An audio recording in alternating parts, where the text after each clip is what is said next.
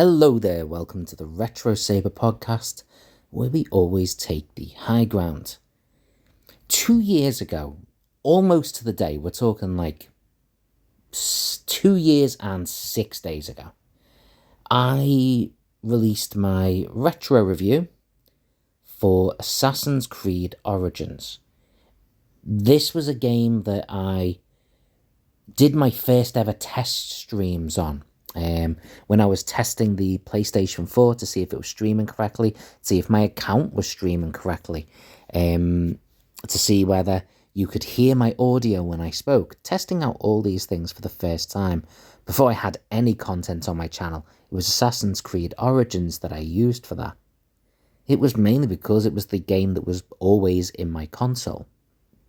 I went on to complete that game, to complete all the DLC for that game, and then go on to do, as I said, a retro review for that game.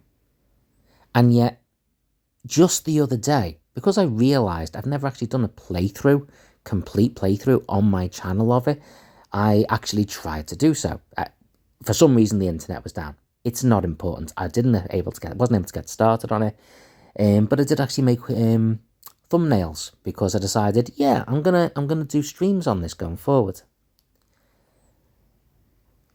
But why? Why is this a game that I keep going back to?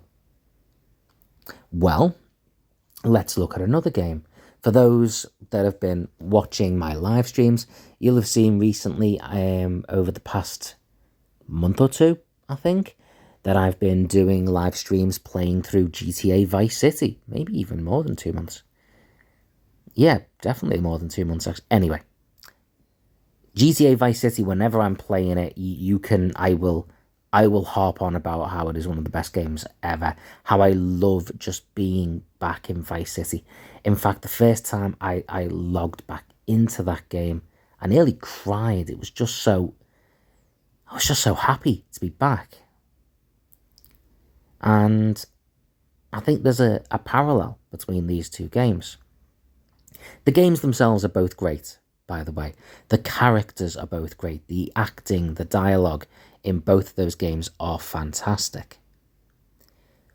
But as much as I enjoy those things, as much as I love the soundtrack, the music, everything about both those games, because they are both fantastically made games, the thing that really pulls on me is the world, the environment that the designers have made. And I think in a lot of ways that's something that often gets overlooked. Don't get me wrong, there are lots of games out there that people harp on about how big the world is. There's already been talk about GTA 6, how it's going to have a massive world. I don't care. The size of a gaming world doesn't really matter. The detail might be amazing in every single inch of it. But the same could be said for GTA 5. It was a far bigger world than Vice City. It certainly doesn't appeal to me as much. It certainly doesn't have that same attraction, that pull. So what is it about these particular worlds that pull me back in? Is it the game themselves? Is the environment just that good? Or is it something specific for me? I suppose that's the trick in that, if we're creating a gaming world for people to enjoy, not everyone's going to love the same things. Assassin's Creed is a great game. It's a stunning environment. But the truth is, one of the reasons why it's got such a hold over me, why it pulls me back in so much, is I have, completely separate to gaming, a real love for ancient Egyptian culture, ancient Egyptian architecture, mythology, all of it. I've had that for years. I've always been really fascinated by ancient Egyptian everything. So when I saw that game for the first time, it wasn't just, oh, this looks like a really good game. I remember looking and going, I've not really ever got into the Assassin's Creed games, but I'll give this one a bash because even if I don't necessarily like the game, I'm going to love walking around ancient Egypt. By God, I did. It was amazing. GTA Vice City probably has something similar for me. The GTA games, starting from GTA 3 onwards, were all in these big 3D worlds and everyone loved them. Let's be honest, they were all very successful in their own way. Am I the only one that sees Vice City as the greatest one, the best world, the best environment? I don't know. I'm sure there's lots of people that say the same thing, and there'll be lots of others that think of other games as being, the best one. But environment-wise, all the others are kind of the same. They're just the real world. Vice City isn't the real world. Vice City is an exaggerated, cartoonified version of, or television version of the 1980s. Maybe that's part of it. I was literally born in 1980, but I wasn't born in 1980 living in Miami. I don't even watch those kinds of shows that showed you like Miami Vice and stuff, or things that this game's based on. But that world, damn, man, it appeals to me so much more. I played GTA 3 before that one. I played San Andreas after that one. Neither one of those worlds ever really appealed to me in the same way. There was just nothing special about them. There's lots of other games where the world you jump into, Hyrule in Ocarina of Time, perfect example of it. Worlds that you jump into and they feel real, they pull you in, they captivate you. You just want to explore, you just want to wander around. I've actually recently started a live stream on Hogwarts Legacy, and the majority of the environment is one building. It's Hogwarts. There's other environments. You can go out to Hogsmeade, to the station, to, the surrounding areas. And I just love exploring in the game. To be fair, when I'm doing the stream, I really have to concentrate on just play the game. People don't want to just see you wandering around. The environment in a game is always a massive part of it, don't get me wrong. But there's something about being pulled back to a game that the gameplay doesn't always do that. There are games with fantastic gameplay that I'm not feeling compelled to go back to. There'll be other games with the same gameplay, so why not play the newest one? There'll be other games with improved gameplay, improved graphics. There's always going to be better graphics in a game. Well, we can debate that now, because I think we've sort of peaked. But you get my point. So maybe it is that world that pulls you back. I was recently looking through a list of gaming-related topics for a thesis, for an essay. And one of the topics was, is it a game or is it another reality, another world? How can you prove? How can you decide? Well, look, let's answer that one. It is a game, guys. Don't let a lack of sleep and getting a bit high get you mixed up. It's just a video game. It's not reality. You can have all kinds of sort of hypothetical debates and discussions all you want, but they're the facts. But for gamers, there is something about returning to a world that you've conquered, that you've liberated, that you've explored and revolutionized, that you've built in some way, in some games, in some ways. And you return as that sort of traveling hero that's been away. And I think it happens more when you get older, guys. I'll admit that. There's something when you're older about returning to a game, respawning into that environment that you knew so well, that maybe you still know so well, and seeing it still as it was. Unlike the real world where things move on, things change over time. You log back into that world and boom, everything's where it was. It's a connection to your own past, to where you were, who you were back then when you first played it. In a way, it's one of the ways retro gaming really has its hold on us. Yeah, we can relate to characters, sure. We can relate to storylines, but it's like going home. When I play GTA Vice City, I know where I picture myself in my head. When I play Assassin's Creed, even now, and I only played it for the first time a few years ago, but I still remember that feeling of absolute awe I had when I first logged in. Hell, when I play Ocarina of Time, I still remember the first time I played it.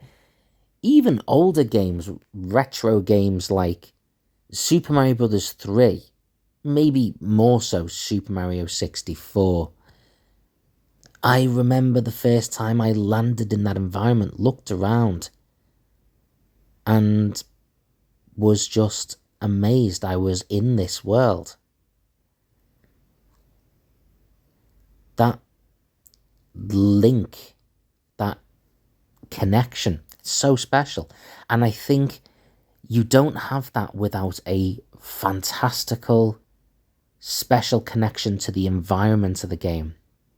And I think it's something that maybe gets overlooked. Maybe just making a bigger environment, a more detailed environment. The risk of that is you're just making it the real world. Is that why we play video games? If the video game just becomes the same as the real world, I would humbly suggest to you what you should be doing is going out into the real world. I think it's for the same reason that for me, I've never really been a big fan of soap operas, dramas that are just what's going on in the real world, there it is on television. Reality TV show, although that's less real than most soap operas.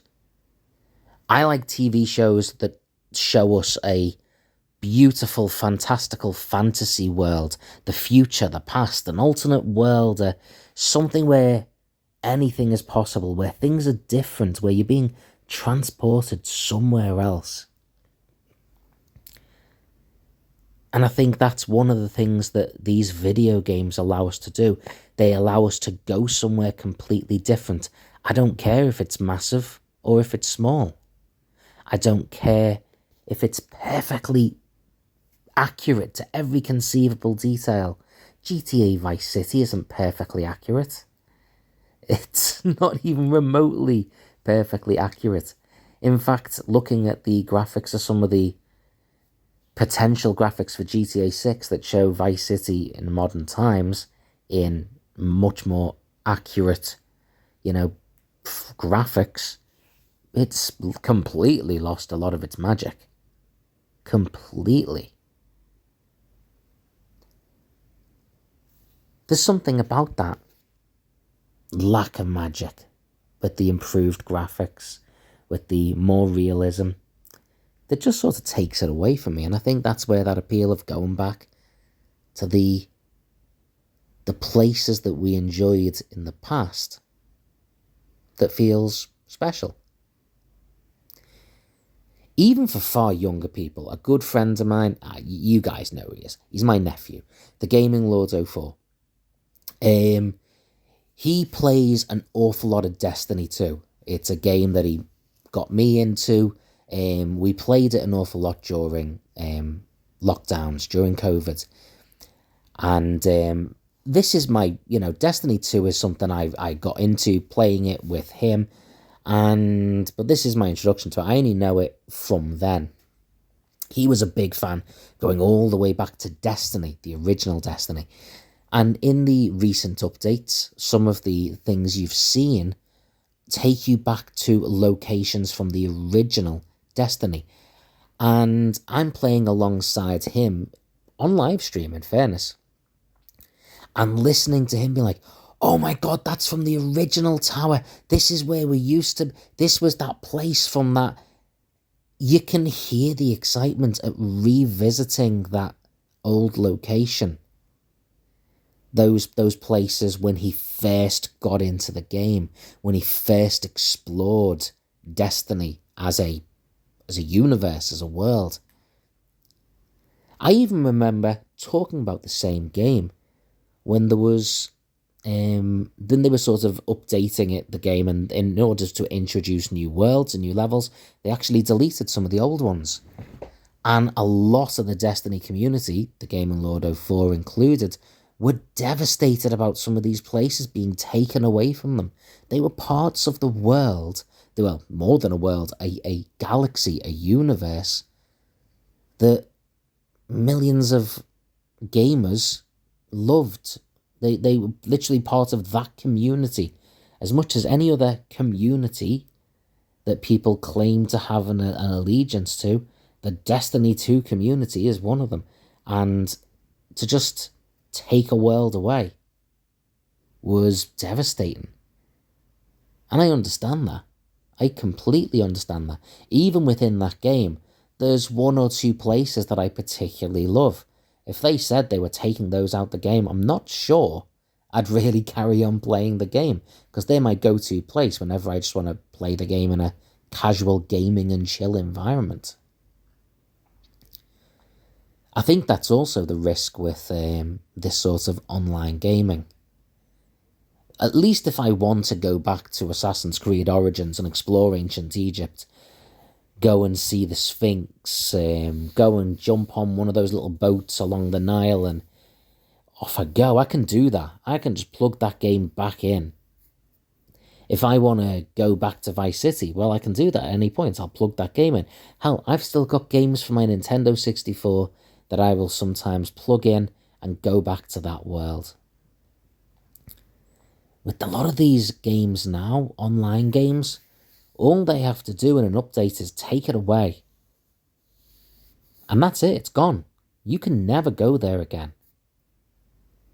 That is quite tragic for me. In fact, that just thinking of that actually really hurts.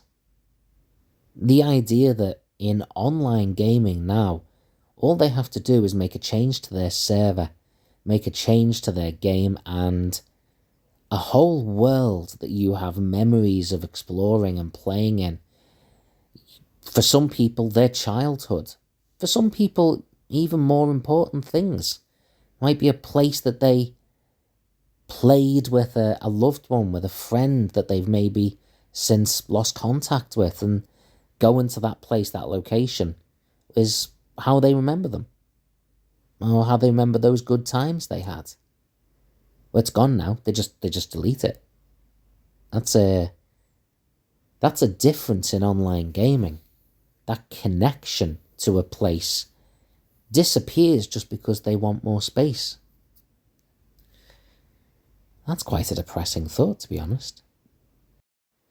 On the plus side, though, the majority of games that we play, we can own if we're smart enough to own a physical copy of it, or at least have it downloaded to the console and keep that console in fine working order.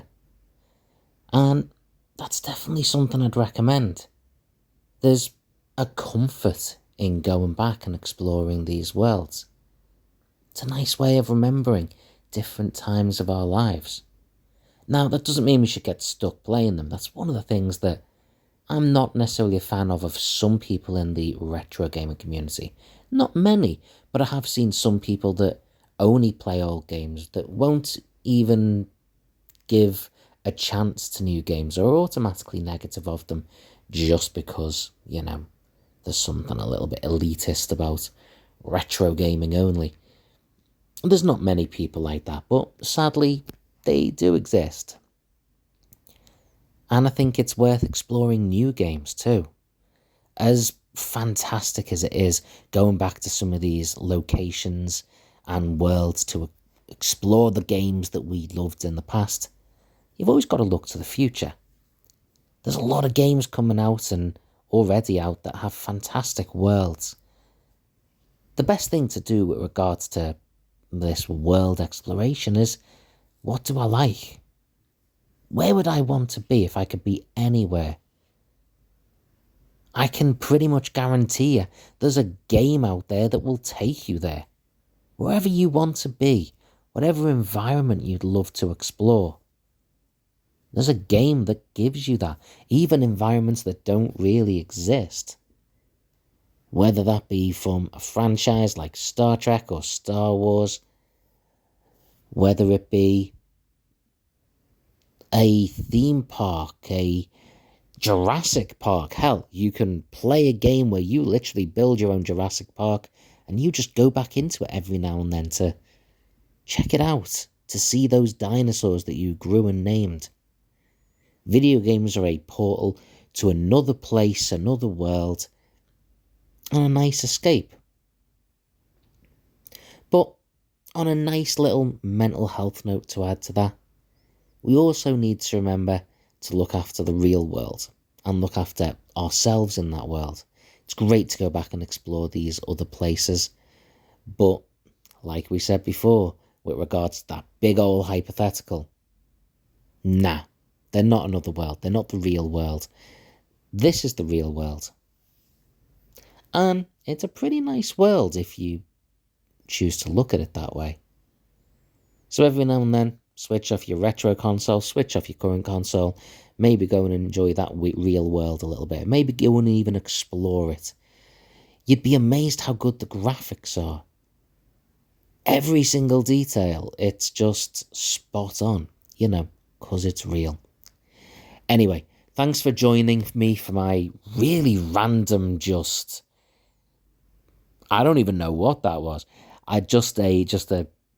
An evacuation of whatever was going on in my brain. I appreciate you. Thanks for sticking by me through it. God knows what I was thinking. I'm pretty sure when I started this, I was initially going to talk about football games or something, but I was distracted and off my brain went on a little rant. So, until next time, thanks for listening. If you've got things you'd like me to look at, talk about, discuss in podcasts, if you've got people you'd like me to have on as a guest and have a discussion with them about certain things, always feel free to make suggestions. That's all good with me. Until next time, have a great week, have a great weekend, have a great life, and take the high ground.